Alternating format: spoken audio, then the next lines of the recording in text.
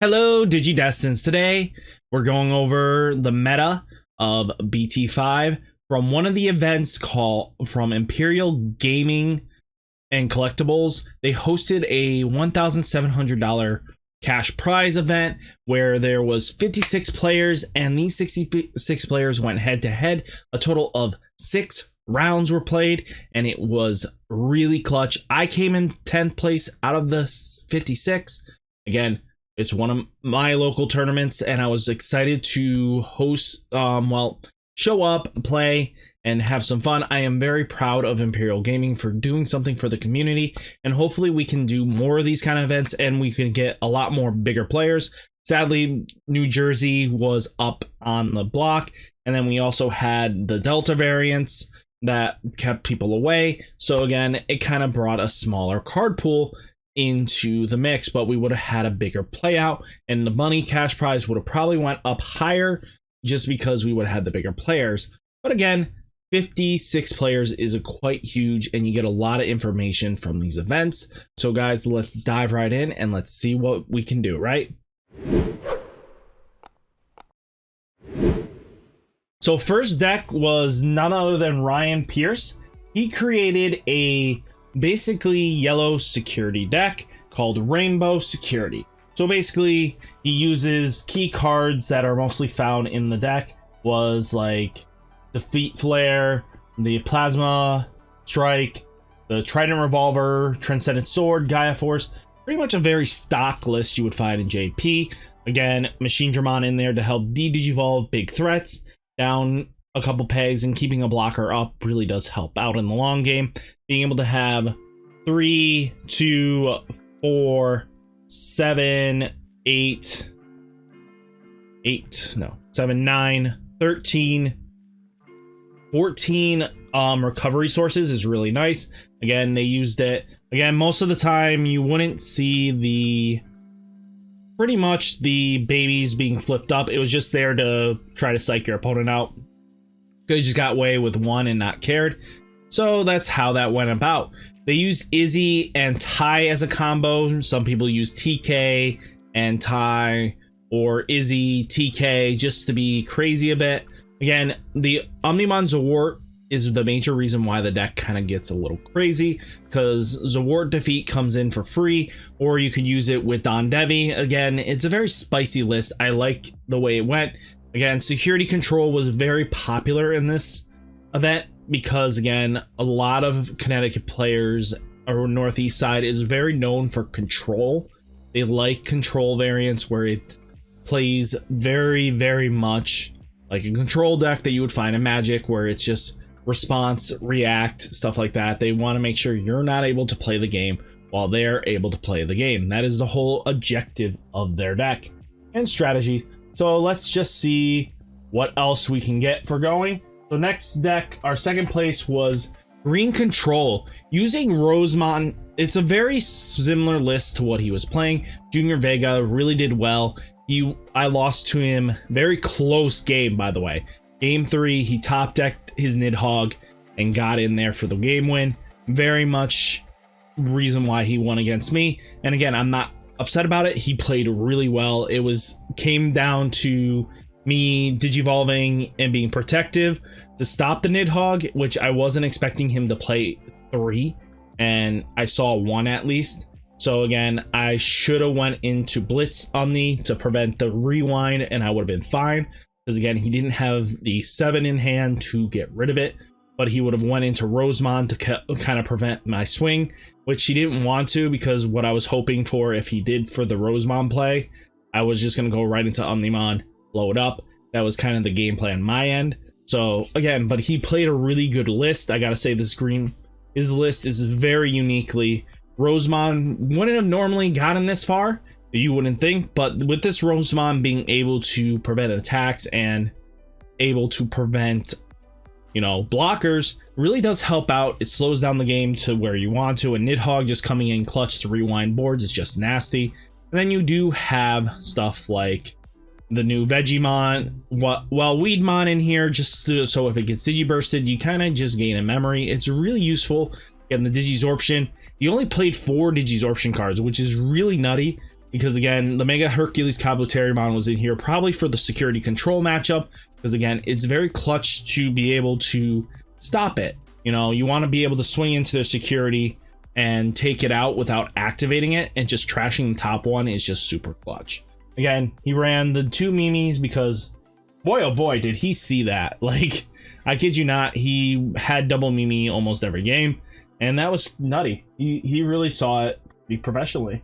Next, we had Greg Kennier, 3rd place Rookie Rush list, which is yellow-green Rookie Rush. Again, very powerful deck this format, being able to minus boards because you go wide enough, using Spiral Masquerade and Starmon, and even if you can't gain a lot of memory, you can use the Blinding Array to gain you a couple extra memory, take out a security, because again, most likely you're just clearing board. But again, a lot of decks that this deck would probably face weren't here enough. Again, Shoutmon kind of counters this deck for a good chunk of it. But again, it's like who goes first in that situation. And this deck is just really fast. That's the major thing about it. It plays a lot of 2 drops and just very powerful mons that just can just take care of big issues. And being able to control the board with Spiral Masquerade and Starmon is just clutch. So again, just pay attention to that. Next, we had 4th place Kevin Travers. I lost to him as well. That was my 2nd loss of the game. So again, he got 4th and my other loss was 2nd. Sadly, it was with a lot of people that had 1 point because they tied. Really didn't help. I got pushed down a lot because of it.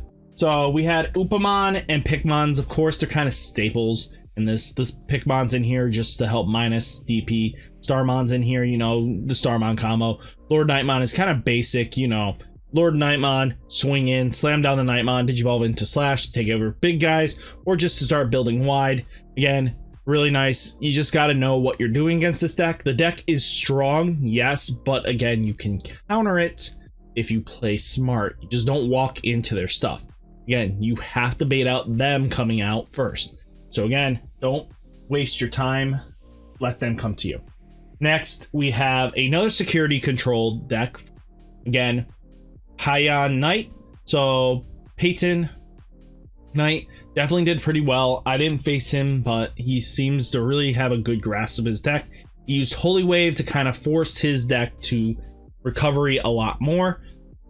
Again, he max rarity this, of course, because again, why not? I think he had it completely max rarity, but who knows? I don't think I saw the list in person. We have Izzy's, the TKs in here. Like I mentioned, people use the Izzy to look at the top 3, don't care about it being black, put it on top, and then start recovering, or draw, recover, and then get your stuff in there. And then you're now having a Zord defeat likely in the security, because now knowing what's in your security is just super clutch. Again, Trident Revolvers, the big bad Ultimate Flare is in here. So again, very powerful skills to control the board. Again, being able to keep your opponent's mons small is what makes this deck really nasty. Again, let's see how well it keeps doing from going forth. We have Jared Lacko. So Jared is a good friend of mine. He really did well with his deck. He fought way too many security control decks. He had a tie. That was the main reason why he got the place he did, and 1 loss, I think. So he had a tie and a loss, which brought him down to 6th place, which isn't bad. Again, not bad at all, getting up there. So he pretty much a stock list. There wasn't really anything different. He's played Masquerade because, again, I think it was just a very clutch card for him. And then you had Slash Angemon in here at 3, and then, you know, Volderarm in here, and then you had Lord Nightmon. Just, again, very stock list. You don't see very much deviations. Again, you just see it. Next, we have Red Yellow Security, which is just Red Yellow Black Security because, again, very much stock list. Again, this time, this player went with the TK that gives extra power to your security, just so if you swing in, you're not less likely. He also played Eason Javelin, which is a really nice clutch card, but he went with Ultimate Flare at 2, which seemed very interestingly different. But again, I can see where he added Seraphimon to add a recovery on top of his Magna Anja just to try to keep security up, and then Digivolveride into their Boulder Arm. So again, very much keen cards to play. Again, another security control deck, and that was very important for. Next, let's talk about Andrew Dabrowski's rookie rush list. This was the final one. Again, this was very clutch for a lot of players because again, he also played 2 red. I don't understand why he played the red mon instead. I don't know. I didn't get a chance to talk with him. So again, it's just a very generic list. You have the Salamons in here, you have the bird, you have Starmon, you have, you know, Pulsemon, you have Tororimon, you know, the basic stuff. Biomasquerade, Starmon. Again, the deck is just there to build wide and then control wide. So that if you go too wide, they have response, Biomasquerade and the Starmon. Again, if they end up, what's really nasty is okay. Let's say most of their Spiral Masquerades are in security. That helps you out in the long game because again, you can clear their board and then Spiral Masquerade kind of fizzles. And that's the big thing. If you can fizzle their Spiral Masquerade while it's in security, it's a lot better. It's not as lethal. That's the thing. Because again, Spiral Masquerade is the main reason why the deck is still crazy strong, because again, it's just like another Walking on Sunshine for Shine Greymon in a option form, which is very much more useful. So guys, hopefully you liked this video and tell me how Imperial did, and I'll catch you in the next one. Peace!